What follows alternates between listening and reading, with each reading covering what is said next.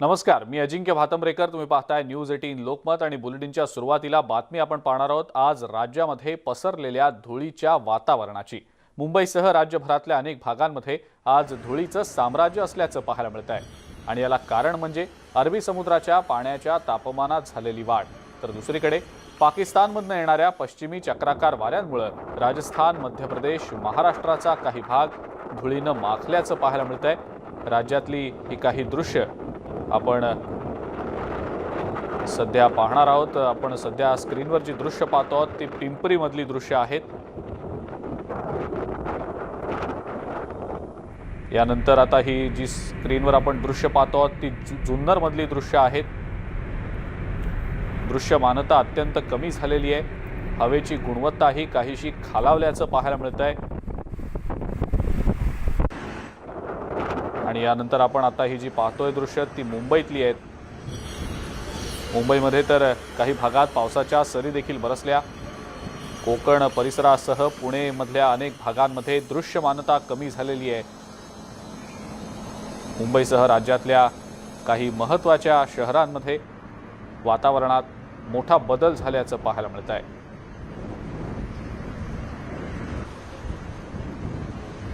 मुझे भेज दीजिएगा, मैं कर दूंगा। कोई बात नहीं। मागील काही दिवसापासून राज्यभरामध्ये विविध संकटांचा सामना शेतकऱ्यांसोबत सामान्य नागरिकांना पण करावा लागतोय। आपण पाहतोय की वर्षभर बदलत्या हवामानाचा सगळा फटका शेतकऱ्यांना बसतोय आणि अशातच आता अरबी समुद्रामधून जे वादळ येते, पाकिस्तानमधून आलेलं वादळ अरबी समुद्रमार्गे महाराष्ट्र आणि गुजरातमध्ये पोहोचलंय। आज सकाळपासूनच या सगळ्या वादळाचा फटका या परिसराला बसलेले हवेचे धुलीकण या सगळ्या वादळामध्ये आहेत आणि त्यामुळे आपल्याला दृश्यमानता खूप कमी झालेली। मी आता पुणे नाशिक महामार्गावरती ज्या ठिकाणी उभा आहे, आपण मागे पाहू शकतो जुन्नरमधला हा शेतीचा पट्टा आहे, पण दुपारचे 2:30-3 वाजले असताना सुद्धा सर्वत्र हे सगळं धूळ दिसते। त्यामुळे प्रवास करताना अडचणी येत आहेत आणि विशेष म्हणजे अनेक या निमित्ताने वैद्यकीय सल्लागारांचं म्हणणं आहे की महाराष्ट्रासह गुजरात आणि महाराष्ट्रामध्ये अनेकांना यामुळे श्वसनाचे विकार होण्याची सुद्धा शक्यता आहे। आपणही जर प्रवास करत असाल किंवा आपल्या आसपासच्या परिसरात फिरत असाल तर मास्क घालाच, कारण कोरोनाचं संकट एकीकडे असलं तरी दुसरीकडे मात्र अशा पद्धतीने या बदलत्या हवामानाचं म्हणजेच महाराष्ट्रात आलेल्या धुळीच्या या सगळ्या साम्राज्याचं हे सगळं वादळ आहे आणि त्यामुळे तुम्हाला सुद्धा याचा फटका बसू शकतो। तुम्ही सुद्धा या निमित्ताने कोरोनासोबतच याही वादळाचा सामना करा। व्हिडिओ जर्नलिस्ट स्मिता शिंदेसह रायचंद शिंदे, न्यूज 18 लोकमत, जुन्नर, पुणे। आपण जुन्नर भागातल्या स्थितीचा आढावा घेतला, मात्र राज्यातल्या अनेक भागांमध्ये सध्या अशीच काहीशी स्थिती आहे। ढगाळ वातावरण अनेक ठिकाणी आहे, धूळ सगळीकडे पसरलेली आहे। आपण आपल्या स्क्रीनवर सध्या 3 ठिकाणची दृश्य पाहतो आहोत। मुंबई, पिंपरी आणि जुन्नर या भागातली ही दृश्य आहेत। मुंबई तर धुळीत हरवल्याचं सध्या पाहायला मिळत आहे। अनेक ठिकाणी ढगाळ वातावरण आहे। पिंपरीमध्ये देखील दृश्यमानता कमी झालेली आहे। काही वेळापूर्वीच आपण जुन्नरमधल्या स्थितीचाही आढावा घेतला। मध्य महाराष्ट्रात सुद्धा या सगळ्याचा परिणाम जाणवतोय। मुंबईमध्ये तर हवेची जी गुणवत्ता आहे ती देखील काहीशी खालावल्याचं समोर येत आहे। मुंबईमध्ये आज सकाळी पहाटेच्या सुमारास सुद्धा अनेक ठिकाणी पावसाच्या सरी देखील बरसल्या। कोकणासह पुणे विभागातली दृश्यमानता या सगळ्या वातावरणात झालेल्या बदलामुळे कमी झाल्याचं दिसतंय। पुढची बातमी बघूया। नागपूरच्या उमरेडमधल्या न्यूड डान्स प्रकरणी पोलिसांनी आज 8 आरोपींना अटक केली आहे। त्यामुळे आतापर्यंत या प्रकरणी अटक करण्यात आलेल्या आरोपींची संख्या 11 वर पोहोचली आहे। उमरेड पोलिसांनी ही कारवाई केली आहे। स्टेजवर तरुण आणि तरुणी न्यूड डान्स करत असल्याचा व्हिडिओ समोर आल्यानंतर संपूर्ण राज्यभरात आश्चर्याचा धक्का बसला होता। लोककलेच्या नावाखाली चक्क स्टेजवर कपडे काढून गाण्यांवर डान्स करण्यात आला। एक नाही तर अनेक तरुणी आणि तरुणांनी स्टेजवर हा किळसवाणा डान्स केला। ही बातमी प्रकाशित झाल्यानंतर या प्रकरणी कठोर कारवाई करण्याची मागणी आता केली जात होती। पोलिसांनी कारवाईला सुरुवातही केली। राज्याची मान या सगळ्या प्रकारामुळे शर्मेनं खाली गेल्यानं आरोपींना शिक्षा होण्याची गरज असल्याचं मत आता व्यक्त होत आहे।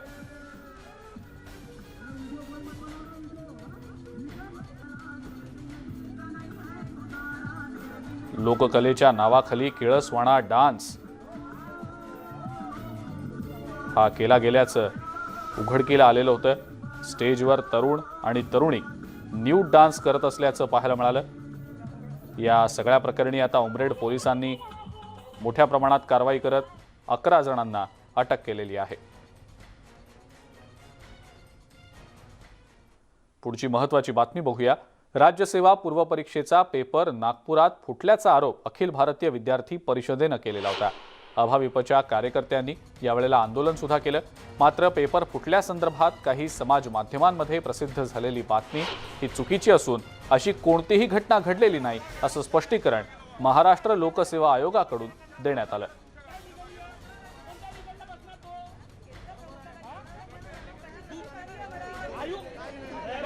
जिल्हाधिकारी पाटीलला दुसऱ्याला पाठवायची जबाबदारी जिल्हाधिकारी साडेआठचा पेपर 10:30ला सुरू होणारा पेपर 8:30ला यांनी फोडला। पेपर 15 मिनिट उशिरा चालू केला। लिपिकाला मागच्या दरवाज्यातनं पोलिसांनी घेऊन गेले। पोलीस म्हणतात केंद्र प्रमुख अजूनही आतमध्ये आहे। 3 वाजताचा पुढला पेपर आहे आणि पोलीस याला दुजोरा देत आहेत की 3 वाजताचा पेपर सुद्धा याच केंद्र प्रमुखाच्या उपस्थितीमध्ये होईल। ज्या केंद्र प्रमुखांनी पहिला पेपर फोडला तो केंद्र प्रमुख पुढल्या पेपरला चांगला वागेल याची गॅरंटी काय? त्याला आम्ही म्हणतोय की त्याला तुम्ही इथून घेऊन जा। तो पोलीस त्याला सबशेल नकार देतात आहे। त्याला त्यांना न्यायचं नाहीये। विद्यार्थ्यांचं जे नुकसान होत आहे त्याला सर्वस्वी ही व्यवस्था जबाबदार आहे।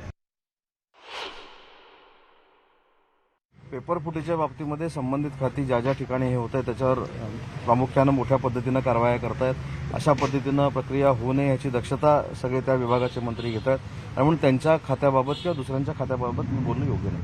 पेपर फुटलाय असं नागपूरमध्ये आलेलं नाही, माझी थोडी मला त्याची माहिती घेऊ द्या मगच त्याच्यावर मी केलेली आहेत की पेपर फुटला आणि आधी पण अशा घटना नाही जे जे जिथे जिथे काही चूक असेल तर तिथे न्याय दिला जाईल, पण थोडी माहिती घेऊ द्या मला, मग त्याच्यावर बोलेन। हा विषय संबंधित विभाग हाताळतो आणि कोणावरही अन्याय होणार नाही याची काळजी राज्य सरकार घेईल। राज्यामधले कोरोना प्रतिबंधक निर्बंध काहीसे कमी करण्यात येत आहेत। जर रुग्ण भरतीचं प्रमाण आणखी कमी झालं तर निर्बंध आणखी कमी करता येऊ शकतील असं आरोग्यमंत्री राजेश टोपे यांनी म्हटलंय। युरोपसह इतर देशांमधला अभ्यास करून शाळा सुरू करण्याचा निर्णय घेण्यात आल्याचंही राजेश टोपे यांनी सांगितलं। हे जर सगळं असं चांगलं व्यवस्थित होत राहिलं तर हळूहळू का होत नाही, पण रेस्ट्रिक्शन्स कमी करता येऊ शकतात। जे काही आज निर्बंध आहेत ते जर का हॉस्पिटलायझेशनचं प्रमाण कमीच राहिलं, असंच राहिलं किंवा यापेक्षाही कमी होत गेलं तर हळूहळू रेस्ट्रिक्शन्ससुद्धा माननीय मुख्यमंत्री महोदयांच्या विचारविनिमयाने आणि सल्ल्याने कमी करता येऊ शकतील। शाळा सुरू झाल्यानंतर मात्र जे काही कोविडचे नियम आहेत ते नियम मात्र पाळले पाहिजे। मुलांकडे अधिक बारकाईने लक्ष दिलं पाहिजे। कोणी थोडासा सुद्धा लक्षणं असलेला कोणीही मुलगा असेल, विद्यार्थी असेल तर त्याच्याकडे लक्ष ठेवून त्या पद्धतीनं पटकन त्याची तपासणी करणं वगैरे वगैरे ह्या सुद्धा गोष्टी अतिशय तत्परतेने पाळल्या पाहिजेत। आणि जर कोणी एखाद्या शाळेतला मुलगा जर पॉझिटिव्ह आढळला तर लगेचच त्या वर्गाला सुद्धा ताबडतोबीनं सुट्टी दिली पाहिजे। शिवसेना मैत्री निभावणारा पक्ष असल्याचा टोला आदित्य ठाकरे यांनी भाजपला लगावलाय। पर्यावरण मंत्री आदित्य ठाकरे यांनी त्यांच्या वरळी मतदारसंघातल्या नूतनीकरण करण्यात आलेल्या मैदानाचं उद्घाटन केलं। यावेळेला त्यांच्यासोबत आमच्या प्रतिनिधी प्रणाली कापसे यांनी संवाद साधला। पाहूया। पर्यावरण आणि पर्यटन मंत्री आदित्य ठाकरे आज संबंध मुंबईवर फिरत आहेत। आजचा दिवसही अतिशय महत्त्वाचा आहे त्यांच्यासाठी, कारण आज बाळासाहेबांची जयंती सुद्धा आहे। त्यांच्यावर एक आरोप सुद्धा होतो की ते वरळीत फारसे फिरत नाही असं सातत्यानं म्हटलं जात होतं, पण आज थेट तुम्ही कामाचा धडाका लावताय, एका पाठोपाठ 18 कामांचं उद्घाटन करताय। मुंबई महानगरपालिकेची रणधुमाळी सुरू झाली असं म्हणायचं का? नाही, मला वाटतं ती थोडा वेळ आहे अजून। जेव्हा केव्हा निवडणुका जाहीर होतील तेव्हा आम्ही प्रचारात तर थेट लागूच, पण ही अर्थात कामं आपण बघत असाल प्रत्येक 2-3 महिन्यांनी वरळीत आम्ही करत असतो आणि इतर मुंबईत असेल, महाराष्ट्रात असेल, वेगळ्या वेगळ्या गोष्टी करण्याचा प्रयत्न करतो। जसं परवाकडेच आमची एक झूम कॉल झाली सगळ्याच म्युन्सिपल कमिशनर बरोबर, सेफ स्कूल आणि सेफ हॉस्पिटल म्हणजे त्याच्या आजूबाजूचे परिसर कसे चांगले करता येईल ते एक आहे। वरळीत आता वेगळी वेगळी विकास कामांचं उद्घाटन झालेलं आहे, पण ह्याच्या सकाळीच आपण बघत असाल हिंदुहृदय सम्राट बाळासाहेब ठाकरे मिडल वेताना धरण तिथे आपण 20 मेगावॉटचं हायडल प्लांट आणि 80 मेगावॉटचं फ्लोटिंग सोलार हे धरण जेव्हा उद्घाटन झालं तेव्हा महानगरपालिका एकटी अशी असेल जिचं स्वतःचं धरण होतं आणि जगात 9th फास्टेस्ट डॅम ह्याचं आपल्याला तेव्हा एक पदक मिळालेलं. आता पुढे जात असताना कदाचित फ्लोटिंग सोलर असणारी एकमेव महानगरपालिका, त्याच्यातून 80 मेगावॉट मुंबईला येणार आहे. तर ह्या काही गोष्टी वेगळ्या वेगळ्या आम्ही नाविन्यपूर्ण करत असतो आणि जसं जसं ते कामं तयार होतात त्याची भूमिपूजन उद्घाटनं करत असतो. जे आरोप लागत असतात, कधी वरळीत फिरलं तर मुंबई का बघत नाही, मुंबईत फिरलं तर महाराष्ट्र का बघत नाही, महाराष्ट्रात फिरलं का वरळी. मला वाटतं हे जेव्हा एखादा फुटबॉलची जर तुम्हाला उदाहरण द्यायचं असेल तर रोनाल्डो किंवा मेसीवरच टार्गेट केलं जातं, बाकीच्यांवर जास्त टार्गेट होत नाही. तर ठीक आहे. तर या महापालिका निवडणुकीमध्ये तुम्ही रोनाल्डो आणि मेसीचा परफॉर्मन्स सगळ्यांना दाखवाल असं, कारण धुरा पण नाही, तुमच्यावर पण, सोपवली त्यांच्यासोबत नाही असं आमचे बाकीचे जे 11 मेंबर असतात मेसी किंवा रोनाल्डो सोबत, ते पण तेवढेच दिग्गज आहेत आणि ही टीम तुम्ही आजूबाजूला बघताय. विद्युतीकरण म्हणजे विद्युत निर्मिती हा जसा एक ड्रीम प्रोजेक्ट होता तसाच एक ड्रीम प्रोजेक्ट तुमच्या मतदारसंघातून जातोय, तो म्हणजे कोस्टल रोड. पण याच कोस्टल रोडला स्थानिक जे वरळीतले कोळी बांधव होते त्यांनी विरोध केलेला होता. त्यांचं म्हणणं होतं की आमची मतं ध्यानात घेतली गेली नाही. आज तुम्ही तिथे पण गेला होता. नक्कीच गेलेलो आणि मुख्य गोष्ट तिथे जी नरिमन घाट जेटी आहे त्याचं आपण बघितलं असेल कायापालट केलं. तिथे जे कचऱ्याचा ढीग होता, पाण्यातून समुद्रातून जे काही डेब्री यायचं, तिथे खरोखर आपण जाऊन बघाल ते एक अतिउत्तम स्पोर्ट्स सारखं तिथे आपण एक जागा केलेली आहे. व्हॉलीबॉल असेल, बास्केटबॉल असेल, क्रिकेट, फुटबॉल जे काही खेळायचं आहे ते खेळू शकतो. स्टॉर्म वॉटर ड्रेनचा जो आउटफॉल होता तो देखील लीड केलेला आहे. कोळीवाडा असेल किंवा इतर आपल्या बीडीडी चाळी असेल किंवा कुठेही एक चांगलं लोकांसाठी इज ऑफ लिव्हिंग आणि क्वालिटी ऑफ लाईफ देण्याचा आमचा प्रयत्न असतो. अर्थात जिथे जिथे स्लम सोसायटीज आहेत तिथे देखील आम्ही प्रयत्न करतो की SRAचं काम लवकर होऊन तिथे रिहॅबिलिटेशन त्यांचं लवकर व्हावं, ह्याच्या देखील आम्ही मार्गी लावण्याचा प्रयत्न करतोय संपूर्ण मुंबईत. पण त्यांची जी मूळ समस्या होती तो म्हणजे त्यांचा उदरनिर्वाहाचा प्रश्न निर्माण होईल, त्यांच्या येण्या जाण्याचा जो रस्ता आहे तो अडवला जाईल असं त्यांचं म्हणणं होतं. नाही, त्याच्यावर चर्चा एकदा झालेली आहे, त्याच्यावर चर्चा आम्ही करत आहोत. स्वतः देखील पाहणीसाठी जाणार आहोत. पण मूळ मुद्दा असा होता की किती मोठी गॅप ठेवायची. तर दोघांमध्ये थोडं वेगळं दुमत आहे, काही एक्सपर्ट्समध्ये दुमत आहे. आम्ही 15 दिवस त्यांना सांगितलं चांगले कोणतरी एक्सपर्ट आणा, आपण सोबत काम करू. कारण ह्याच्यात असं नाही की कोणालाही कोणाचा आवाज दाबून काम करायचं. आपण करतोय ते मुंबईकरांसाठीच करतोय, सगळ्या रहिवासींसाठी करतोय आणि सगळ्यांना सोबत घेऊन आपल्याला पुढे जायचंय. 2017च्या निवडणुकीमध्ये भाजप आणि शिवसेनेमध्ये अवघ्या 2 नगरसेवकांचा फरक होता. यावेळीची निवडणूक कशी असेल? भाजपचं आव्हान किती मोठं? मला वाटतं फरक हा वृत्तीमध्ये आहे. आम्ही मैत्री जपणारे लोक आहोत, विश्वास जपणारे लोक आहोत आणि जे कामं आम्ही सांगतो, जी वचनं देतो ती करून दाखवतो. वचनं मग मित्रपक्षाला असतील किंवा मग लोकांसाठी असतील, जनतेसाठी असेल. आपण बघाल जेवढी कामं मुंबईत झालेली आहेत गेल्या 5 वर्षात ती लोकांसमोर आहेतच. आदित्य ठाकरेंसमोर टार्गेट काय आहे? किती जागा निवडून आणतील? मला वाटतं आत्ता हे सगळं बोलणं खूप लवकर होईल. मला वाटतं आत्ता लोकांनी कामावर फोकस करावं, कारण आत्ता अजून निवडणुकीचा मोड नाही. आत्ता अजूनही कामं पूर्ण करा. जेव्हा प्रचाराचा मोड असेल तेव्हा तुम्ही आम्हाला बघालच प्रचाराबद्दल बोलताना. एक शेवटचा प्रश्न की गोव्यात सुद्धा निवडणूक आहे आणि तिथे सुद्धा शिवसेना उमेदवार देणार आहे. तिथली निवडणूक कशी असेल काय वाटतं? गोवा असेल, उत्तर प्रदेश असेल किंवा मणिपूर असेल, तिथे शिवसेना आपले उमेदवार रिंगणात टाकत आहे. गोव्यात आमची राष्ट्रवादी काँग्रेसबरोबर युती झालेली आहे. उत्तर प्रदेशमध्ये लढत आहोत, मणिपूरमध्ये आणि प्रचाराला नक्की जाणार. तर हे होते आदित्य ठाकरे जे वरळीमध्ये विविध उद्घाटनाच्या कार्यक्रमासाठी उपस्थित झालेले आहेत. व्हिडिओ जर्नलिस्ट सचिन कोबडेचा, प्रणाली कापसे, न्यूज 18 लोकमत, मुंबई. शिवसेना प्रमुख बाळासाहेब ठाकरे यांची आज 96वी जयंती आहे. दिवंगत बाळासाहेब ठाकरे यांच्या जयंतीच्या निमित्तानं दरवर्षी हजारो शिवसैनिक बाळासाहेबांच्या स्मृतीस्थळी अभिवादन करण्यासाठी येत असतात. मात्र कोरोनाच्या सावटामुळे 2 वर्ष बाळासाहेबांची जयंती अतिशय साधेपणानं साजरी केली जाते. यावर्षी सुद्धा राज्यभरात शिवसेनेकडून विविध कार्यक्रमांचं आयोजन करण्यात आलेलं आहे. बाळासाहेबांच्या स्मृतीस्थळी संजय राऊत, अनिल देसाई, महापौर किशोरी पेडणेकर आणि इतरही अनेक महत्त्वाच्या नेत्यांनी, पदाधिकाऱ्यांनी अभिवादन केलं. अनिल देसाई यांनी सुद्धा शिवसेना प्रमुखांच्या स्मृतीस्थळी जाऊन त्यांना आदरांजली वाहिली. शिवसेना प्रमुखांनी कार्य जे मुंबई राज्य आणि देशासाठी केलं ते कुणीही विसरू शकत नाही, असं अनिल देसाई यांनी म्हटलं. बाळासाहेबांनी जे काम केलं हे आपल्याला बोलायला नको आहे. आज या ठिकाणी आम्ही नतमस्तक होण्यासाठी येतो. स्मृतीस्थळावर आम्हीच नव्हे तर प्रत्येक माणूस ज्याला स्पर्श बाळासाहेबांचा झालेला आहे, मग तो प्रत्यक्षरित्या, कारण मराठी माणसालाच, हिंदूंना खऱ्या अर्थानं ताठ मानेनं आणि स्वतःचं एक स्थान निर्माण करायचं जे सामर्थ्य दिलं ते बाळासाहेबांनी दिलं. आणि त्यातूनच या सामाजिक चळवळीतून जो एक पक्ष उभा राहिला, राजकीय पक्ष हा नंतर झाला. सामाजिक चळवळी महत्त्वाची होती, विषमता समाजामधली काढायची होती आणि तिथं मराठी तरुणांना नोकऱ्या, इथून जे सुरुवात झाली त्या इकडनं आज शिवसेना इथपर्यंत आली, आज संबंध देशामध्ये आहे.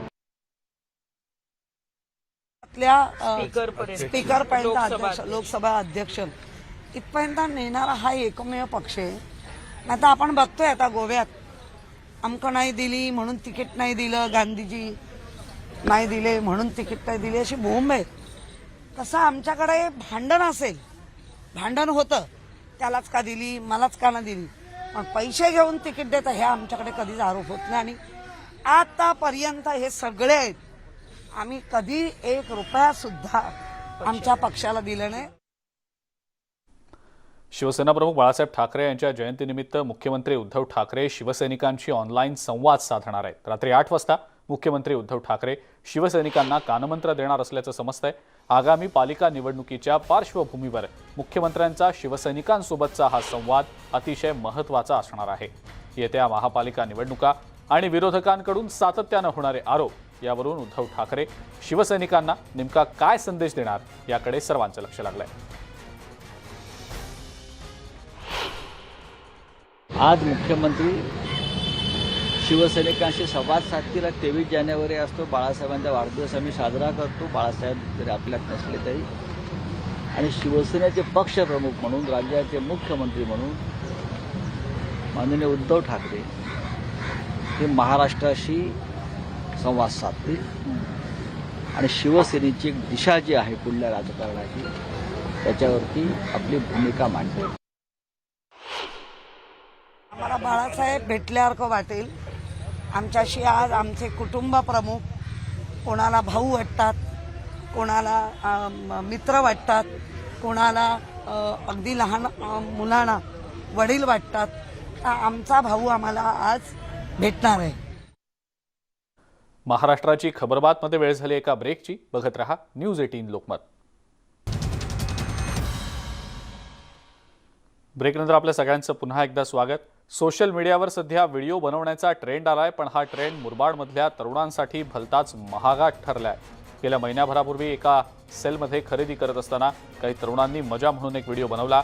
या व्हिडिओच्या माध्यमातून महिलांसोबत छेडछाड केला गेल्याचा आरोपही करण्यात आला. यावरून महिन्याभरानंतर 3 रिक्षा चालकांनी 4 तरुणांना बेल्ट, दांडुका आणि लाथाबुक्यांनी बेदम मारहाण केली. व्हिडिओ केला म्हणून तरुणांना भर दिवसा ही मारहाण झाली. 3 दिवसांपूर्वी घडलेल्या या घटनेचा व्हिडिओ शूट करून तो या 3 गुंड रिक्षा चालकांनी व्हायरल केला. दरम्यान पोलिसांनी या 3 रिक्षा चालकांना अटक केलेली आहे.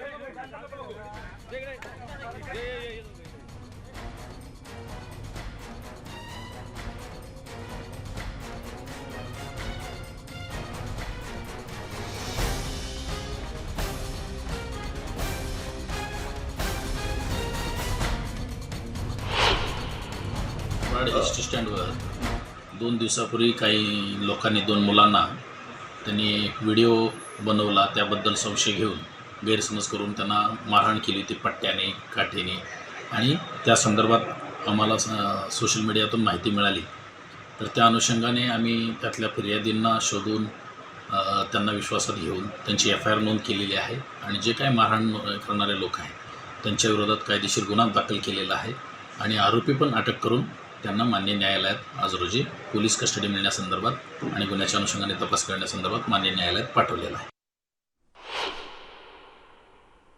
वेळ झाली आणखीन एका ब्रेकची. बघत रहा महाराष्ट्राची खबरबात.